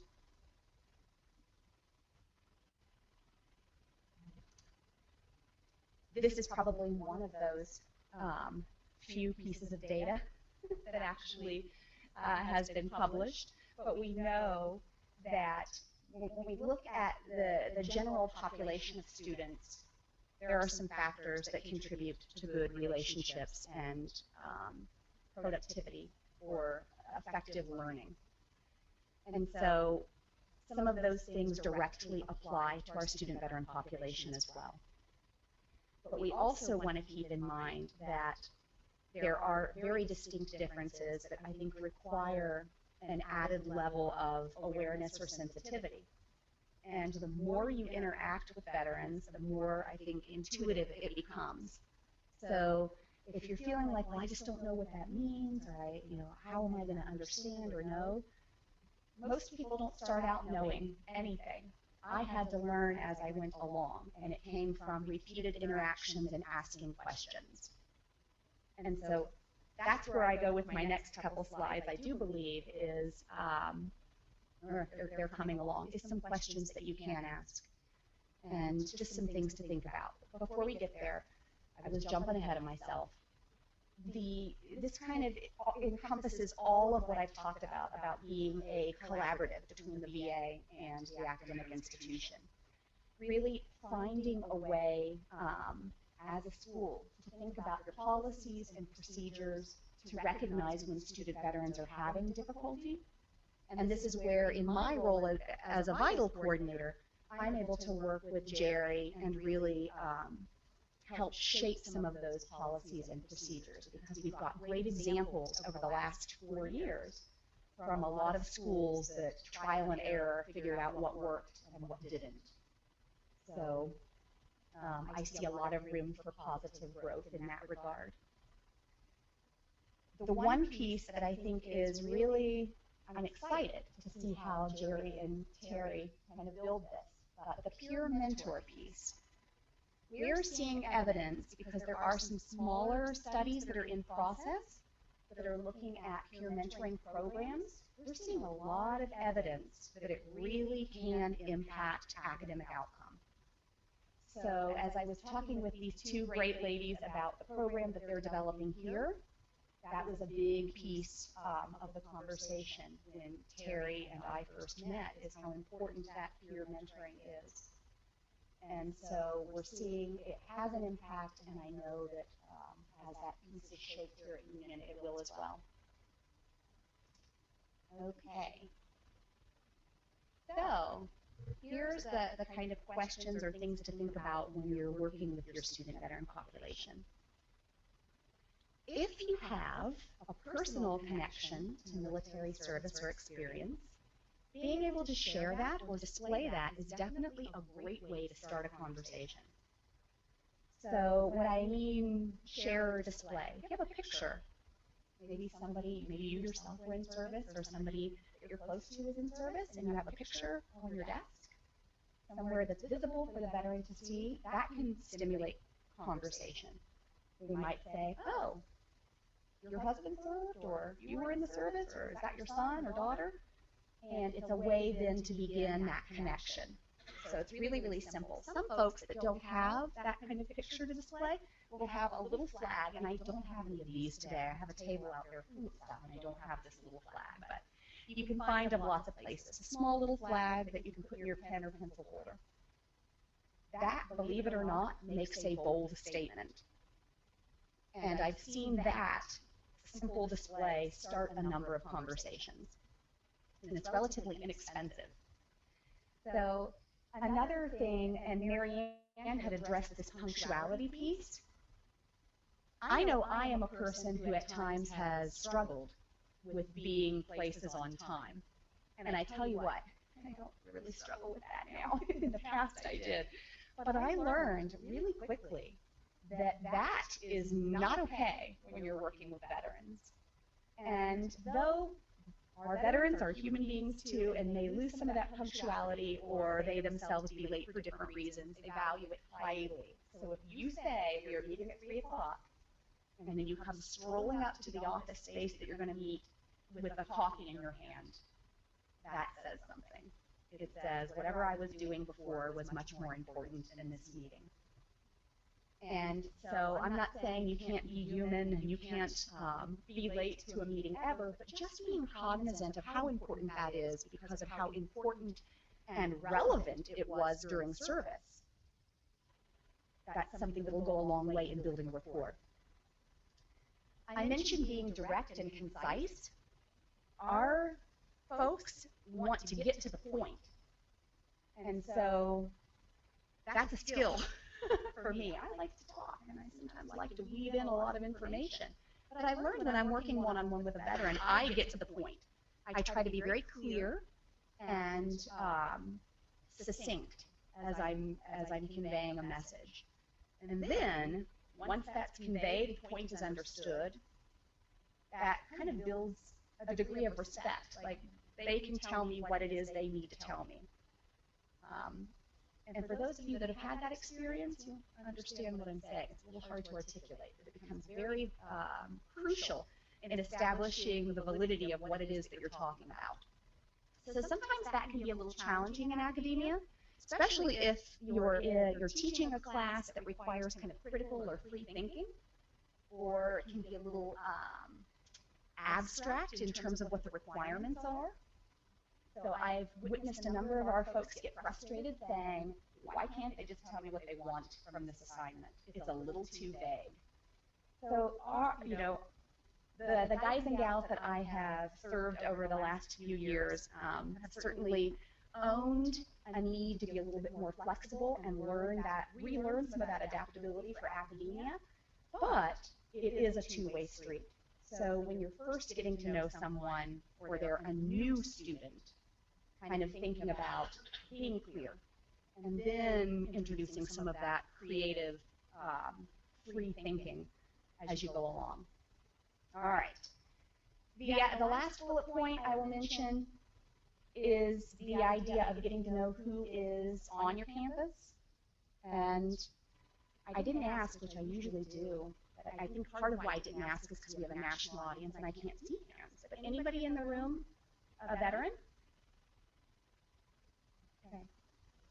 And so being aware where you work and where you interact, who has had a service experience, can be really helpful as new veterans come on campus to just connect them. You can say, oh, well, Joe, he served, I'm not sure when, or maybe you do know when, but sharing that detail could help build that community. So pay attention. All righty. Mary Ann provided a lot of detail around military culture, which you all will have access to. There are also at the end of the slides web links to great resources that will help you better understand our folks and tap you into some things that are beneficial for them so that if you need to send somebody some information, you can say, oh, check out this website. And I've provided all of that toward the end of the slide deck. But in thinking about what you've learned today about military culture, what you've learned about experiences when deployed, these are just some questions that you can ask, and you can ask them very open-ended, and it can generate a lot of discussion. And without even saying much of anything yourself, you can learn a great deal about how that veteran feels about their military service. And that's one of those myths that was listed. Every veteran doesn't have a positive emotional connection to the military or psychological connection to the military. They just don't. And I think many people assume you served, you must be really patriotic, it must be like, the thing for you. But that's not the case. So listening as you ask some of these questions can really key you into how they feel about it. Okay. So I'm going to check our time, and we have about 20 minutes, and I'm thinking this would be a great time to kind of shift over to the open questions. The last slides, again, you all will have access to all of this, are a lot of great resources. So at this point, we would love to hear your questions, your comments, and anything that comes up is welcome. Welcome topic. Thank you.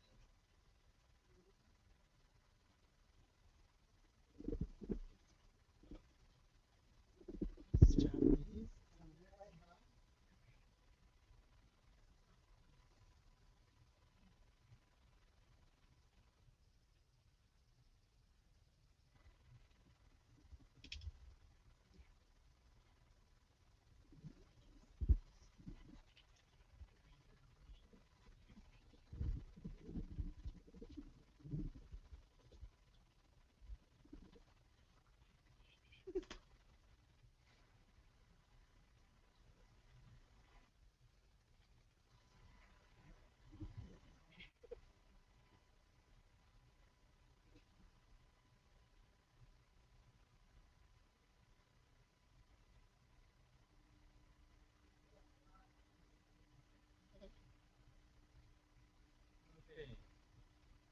I'm going to make sure that everybody can hear the questions that we've had, and if you've got more, go ahead and write them in the question box in the GoToWebinar little control panel. I want to thank all of our presenters here. This has been a really engaging afternoon.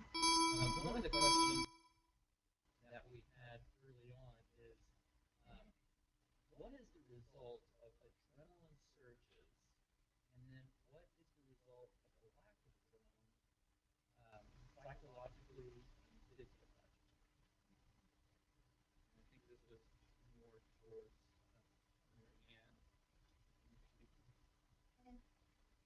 like to say that I think that there might be two answers to this question, and so I would love to piggyback off of what you're going to share.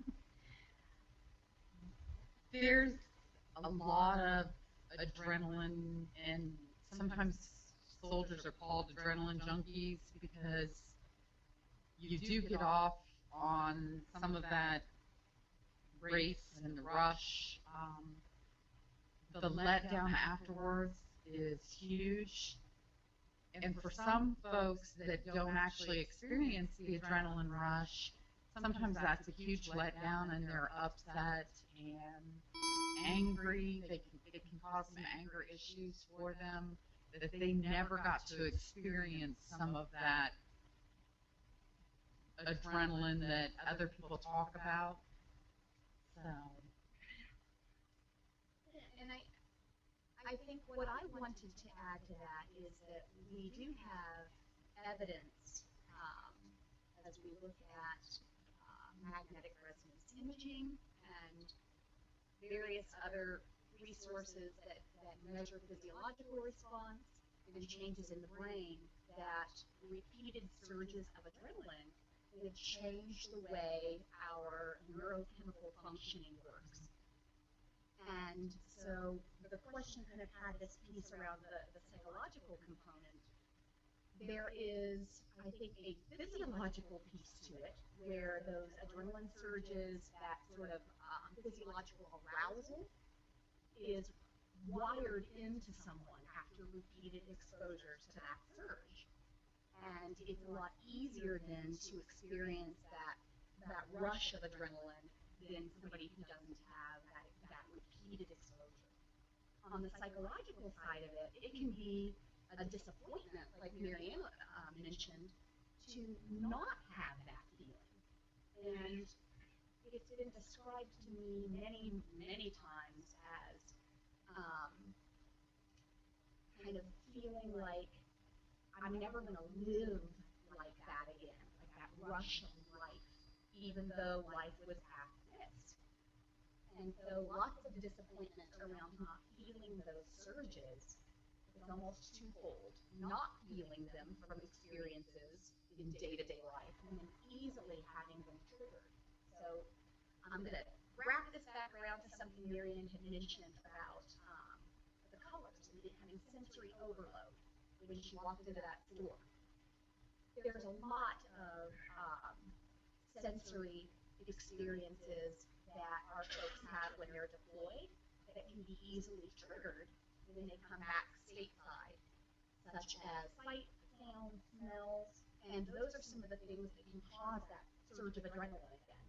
So that might not necessarily be a good adrenaline surge, and it can produce a psychological response such as feeling threatened, at risk, worried, having an arousal, like increased heart rate, difficulty breathing. Those things aren't necessarily pleasant. Whereas maybe getting on a motorcycle and driving 110 miles, 120 miles an hour, that's a positive adrenaline rush that our folks see. So hopefully that combined answered that question. This question is for you next. What are the plans for connecting personally with each academic center here? Well, Jessica had mentioned peer-to-peer mentorship, and that is one thing that we're definitely going to do. I had 2 students in this week and was talking with them about different things. One thing that we're doing is we're taking an intake on each student, and basically that's just going to provide us things that we want to know about them. What are their things that they like to do? What do they do for fun? What are their hobbies? Things like that. So we're going to have a lot of group activities with these students. We want to have one thing that I suggested was we have peer workshops where we gather them together, because there is that commonality, and I want them to get to know each other and just know that they are there for support. So definitely a lot of group activities, social activities. Want to try to get them out into the community, because they have that need and desire, like Jessica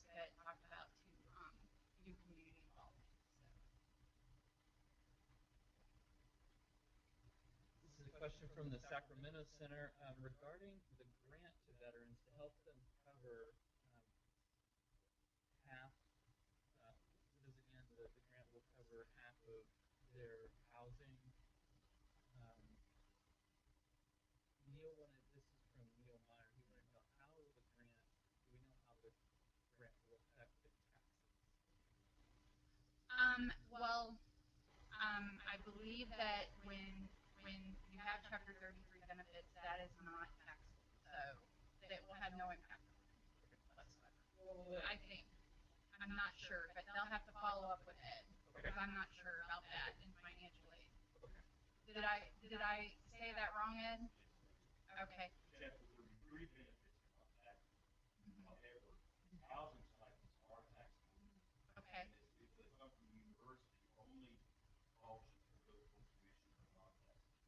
So this is a scholarship for those for living expense that is taxable event. Okay. They will get a 1099 so parents can. Yeah, that's why I was like, I'm not sure exactly how to answer that. So. Okay, Yeah.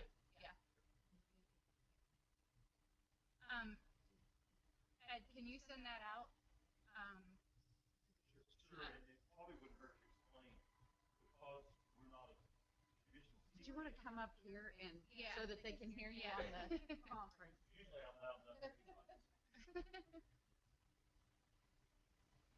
The way the grant will work with us is that the students will, who qualify, will receive a matching portion to the housing stipend from the VA. The housing stipend for colleges like ours that are not traditional seat time is 50% of the full housing allowance. So the VA will only give them 50%. This grant is going to match that for 1 year, and that's roughly $7,500 for 1 year, or $2,500 per semester for the 3 semesters for the undergraduates. Thank you, Ed. One of the questions addresses the wrong questions. And wanted to know, what are the wrong questions not to ask?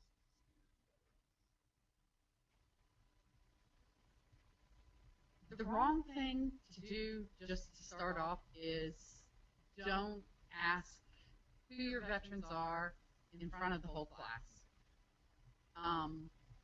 Most of them don't want to be called out, so that's one of the biggest things. But some of the wrong questions are, have you shot anyone? Have you ever fired a weapon at someone? You know, have you been shot? You can ask them if they've been injured, but that's a total different connotation than have you been shot or shot at. What are some of the other steps? I'm going to take pause and think a moment because a lot of it is around asking questions about potential acts of violence, assault, and injury. So being very careful around those questions is important. But most of our veterans are pretty open to talking about did you serve and where did you serve. So if you're careful not to say things about have you been shot, have you killed someone, you're going to avoid the big no-nos. That really is off-putting and can generate a lot of feelings for someone that can be difficult to manage in the moment. And Marianne made an important comment about not asking who the veterans are in front of the whole class. The way I recommend people do it is by acknowledging that there might be veterans in the room, or might be veterans taking the course. So, and saying, if there are any veterans, please know that I'm accessible and open if you need any assistance. So you're saying, I'm aware you could be part of my cohort and I'm happy to help you, but you're not saying, hey, raise your hand, identify yourself. That empowers them to make that choice. So in terms of the wrong questions, personal questions about assault and injury and life-threatening situations, allow that to evolve after you've gotten to know the veteran. And that might come, if you ask if they've been injured, maybe there's something visible. How were you injured? right? That question happens a lot if it's something very visible. You'll know in the way they respond how much depth they want to provide around that. And then using good judgment, do I probe further, do I let it go with that? So hopefully that's helpful. Everybody's different.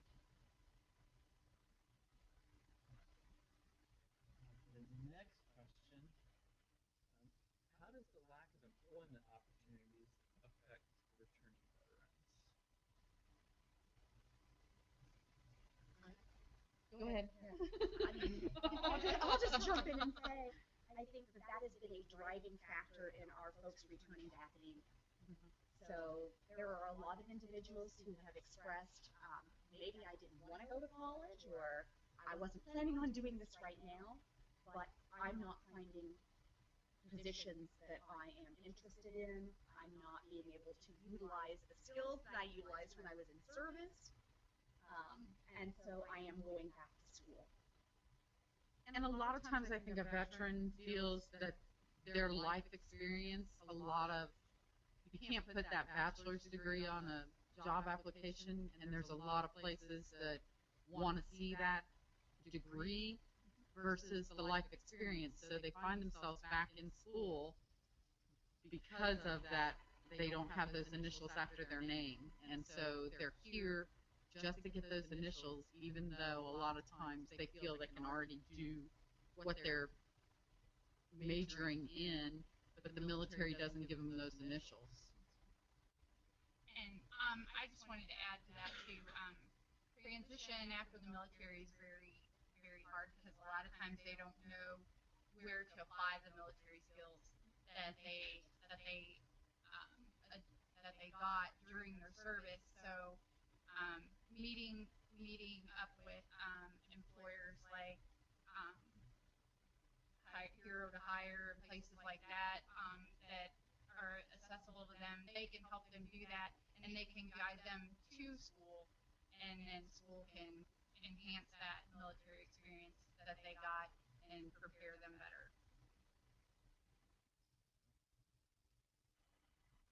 The next question is, do veterans who are drafted and those who volunteer exhibit the same levels and types of adjustment issues? I don't think they do. They do and they don't. It's kind of a two-folded thing. Those folks that got drafted, a lot of them didn't want to be in the military, and some would join the military just so they didn't get drafted and they got a little more choice. But those that actually got drafted, I think a lot of them, that wasn't their first career choice. Whereas now it's an all-volunteer Army, and there's nothing, I'm not saying anything bad about draftees at all, because there's a lot of wonderful people that found that the military really helped. That wasn't their initial career choice, but they've really gained a lot of knowledge from it. But now being an all-volunteer Army, it's different because they can, when you enlist, you know that that's one of the things that you could potentially have to do. When Desert Storm first started up, you heard a lot of folks that said, and even with this war, I only enlisted for the school benefits. I'm here for the college money. And it's like, yeah, but you signed your name that said, I agree to go to war. So you got some of those early on, I think, that weren't really, the transition back was harder because they were bitter about having to go when that's not really what they thought they were signing up for. I'll just add in, I completely agree with that, and I am not aware of any empirical studies that have looked at the differences with adjustment or PTSD for drafted versus volunteer. Those may be out there, I've not seen any. But in terms of what Marianne mentioned about folks early on during these particular recent service eras, I've worked with a number of veterans who flat out told me, I enlisted simply for the school money so that I could go to college and get it paid for, and I never imagined that I would be in a combat zone in Iraq, and a lot of anger and resentment. So there are a wide range of responses.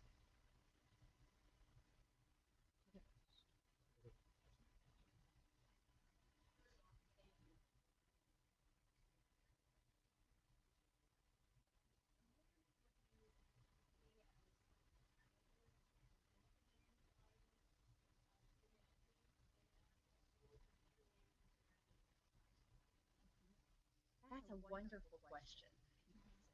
Yeah, so the question was, what are some of the potential challenges or barriers to implementing the Vital Initiative program in an academic institution like Union, where you're online and you're a national program? And I am the first of among my 24 colleagues to actually do this. So we were just chatting on our national call, and none of the other schools are set up quite like you. So it will be a learning experience. And I see some of the challenges as perhaps there are folks that are identified as needing or wanting psychotherapy that are on a campus elsewhere, and it's taking a little bit of time to connect them with the right person. What I'm hoping will happen is that there will be a close proximity to folks that I know on the national team, whether it's through Vital or VSOC, where I can actually do a referral based on, I know that this is a good clinician that would work well with you. We're a very intimate team, and I can do that locally. If it's not going to be me, I can say, you know, Dr. Williams would be a great fit for you. I can make a statement like that and make that connection. So those kinds of challenges may come up when I look at the psychotherapy component. In terms of the consultation piece, I think that that can be easily addressed through our technology and the resources that we have to connect just like we are today. In terms of the education piece, the same thing. Care coordination could be a little bit tricky as I'm not intimately familiar with the other VA systems, but it'll be a learning process. So hopefully it will work out smoothly and we won't miss any needs.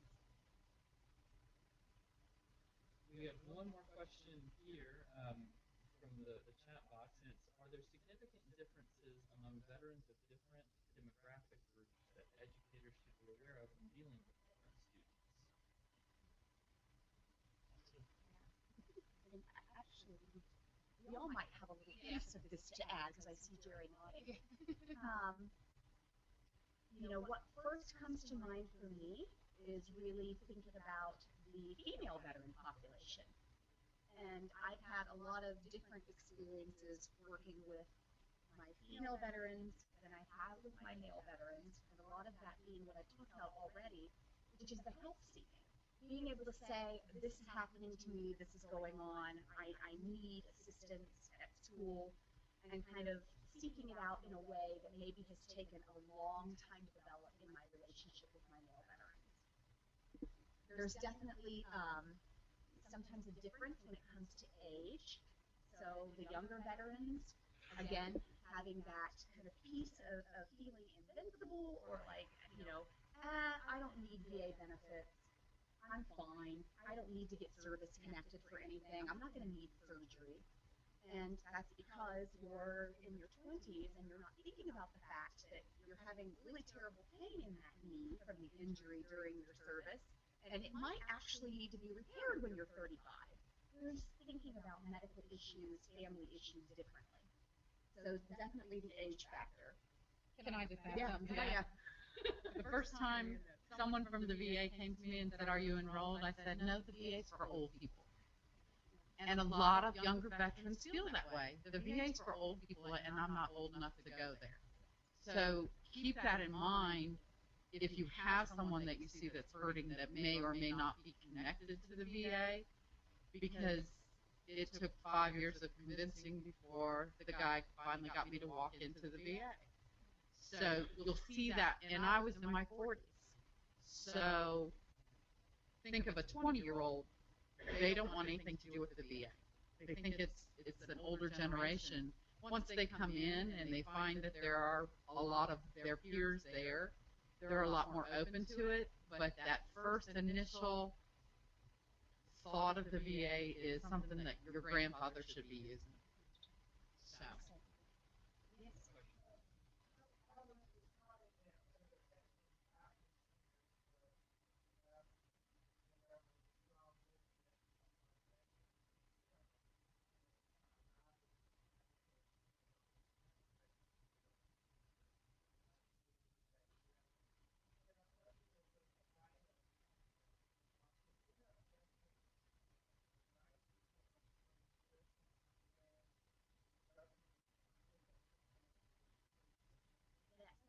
excellent question. And I will say that our national director is a veteran himself and continues in the Guard.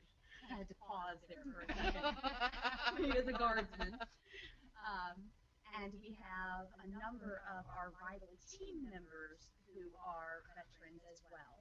And in each of our respective academic institutions, we make it a point to partner with as many veterans as we can find to participate in our focus groups, in our university or academic committees, and to do outreach. And so a perfect example is the fact that Mary Ann is here today. I am not a veteran. And again, all of my experiences come from the work that I have done and from my clinical training. But when I had a surprising opportunity for Mary Ann to come along this morning, I was like, yes, this makes sense. And my national colleagues do the same thing. Some of them are very fortunate to be paired with a veteran who's like their support person that does everything kind of with them on those academic campuses. And so they are the lead in most of the presentations or the groups because we know that that connection works. So thank you.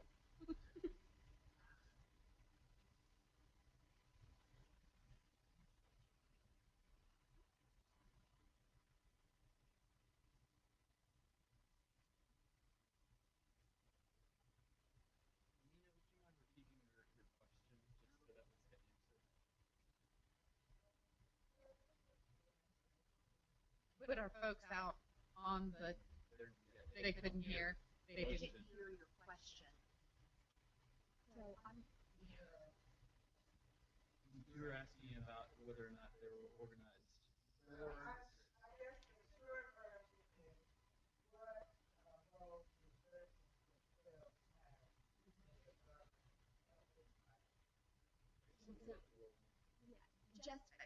Just to be clear what the question was, and my apologies, I'm forgetting that there are folks that can't always hear the questions from the audience.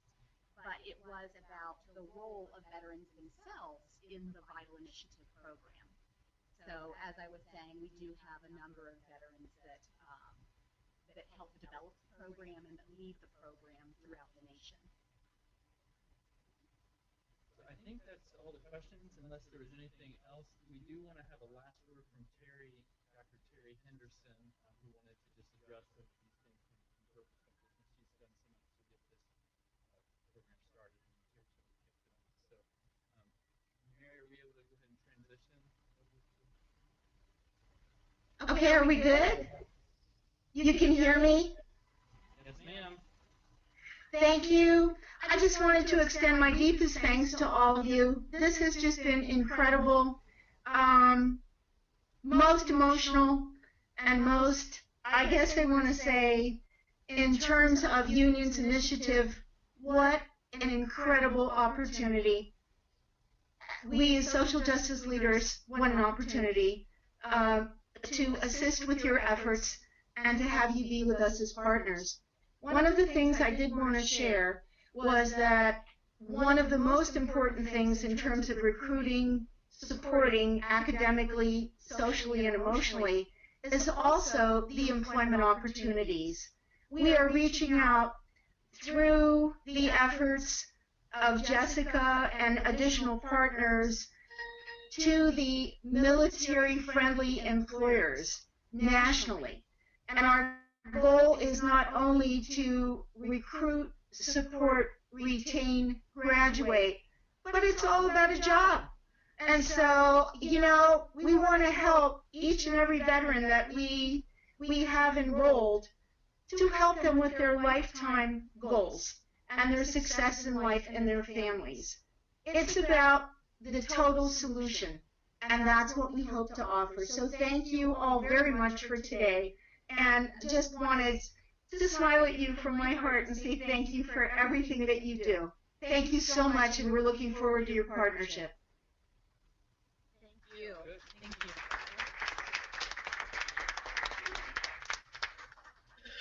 Okay, well, thank you everyone for joining us. We look forward. If you have any further questions, please do not hesitate to contact Jerry Maples. Jessica, we're actually going to put your email up there as well. So if you want to know more Reach about out. that. Yep. Otherwise, thank you so much for your time. We look forward to supporting our veterans. I only say that because we have to figure out where to park. Oh. 40 feet. Oh my God. Like advertise. Yeah, it's not small. Be there. We're talking 40 feet of Yeah. first parking space. And she's asking a mobile unit question. Oh, sorry. I was just We were answering just another talking one. about that. Because she said, I want the mobile unit here. And I said, it's 40 feet. Yeah, when I was volunteering up at Kings Island, when they Yep. have the military weekends, because I'm part of Pull My Heart. Okay. So Okay. you spoke to our group before, yeah. So when I saw your name, it's like, this is so familiar to me. I haven't been up there in years. Wondering if you, Ed, thanks for saving me.